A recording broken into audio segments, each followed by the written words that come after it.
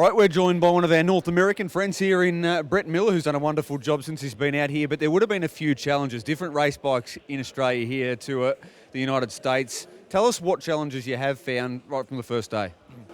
One of the biggest things is in the States, we use our own race bikes. Here, that you use the trainer's race bike. So a lot of times, especially for me, I'm a little taller than some of the guys. The stirrups are set. The stirrups are set a little too short. The seat's up a little too high. And, so when I sit in the bike, it can be a little uncomfortable. But I will say, everybody I've driven for, they're very nice. And if some of the stuff needs adjusting, they will adjust it for you.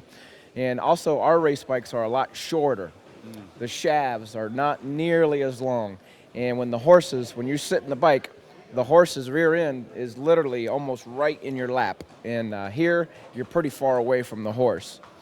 So, those are two major things that's different with our race bikes. But honestly, the race bikes here tend to track very good. They track like our bikes. They don't sway back and forth. And there's some of the race bikes that, other than the length, look like our race bikes. So, but I have noticed that some of the bikes here the guys use are a little old. They're a little outdated, but for the most part, the length and the stirrups are the big difference than ours. And what about the grip on the reins? I guess are a little bit different here than they are in the United States. They're taking a little bit of getting used to as well. Yes, definitely.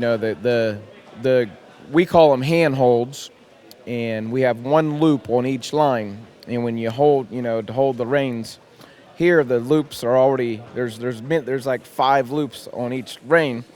Well, there's times that I've noticed that when you get on a race bike, you can't even reach the loops. So you got to lean way forward to reach the handholds here. So that's different, because back home we can adjust them and put them where we feel comfortable, where they need to be. And so that took a little bit of getting used to. In terms of race pattern, I mean, one thing I've noticed is because you guys are so aggressive, you could go anywhere in the world and adapt to the racing because you make the racing by being so aggressive and getting to the front end.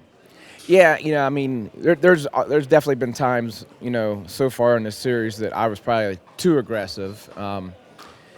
The horses, some of the horses don't handle it too well because that's not the way, they normally race here. So, yeah, you have to adapt to the way the racing style is, even though we might not be racing exactly like they do here. But somewhat, the horses, they can only handle so much, so you got to be careful how you drive them. So, yeah, of course, you got to be careful, especially in the distance races. The distance races are, that's really different for myself because I'm not used to that. I'm used to going as far and as fast as you can go. Well, it certainly worked for Ace Dugan. You've got a track record here in Australia. I'm sure everybody back home knows. Thanks so much for joining us, Brett, and taking us through a few of the challenges and a few of the differences between our racing and yours. Thank you so much. I'm just so happy to be here. You guys have been great.